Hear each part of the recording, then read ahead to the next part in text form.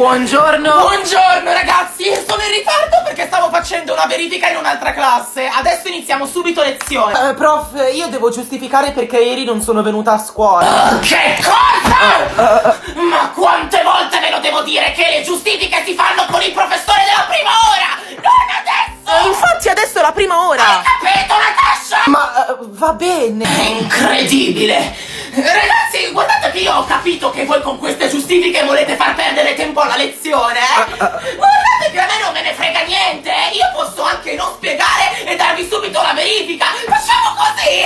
No. Facciamo che vi do subito la verifica, dai! Ma no, professoressa, no. Zitta, Natasha!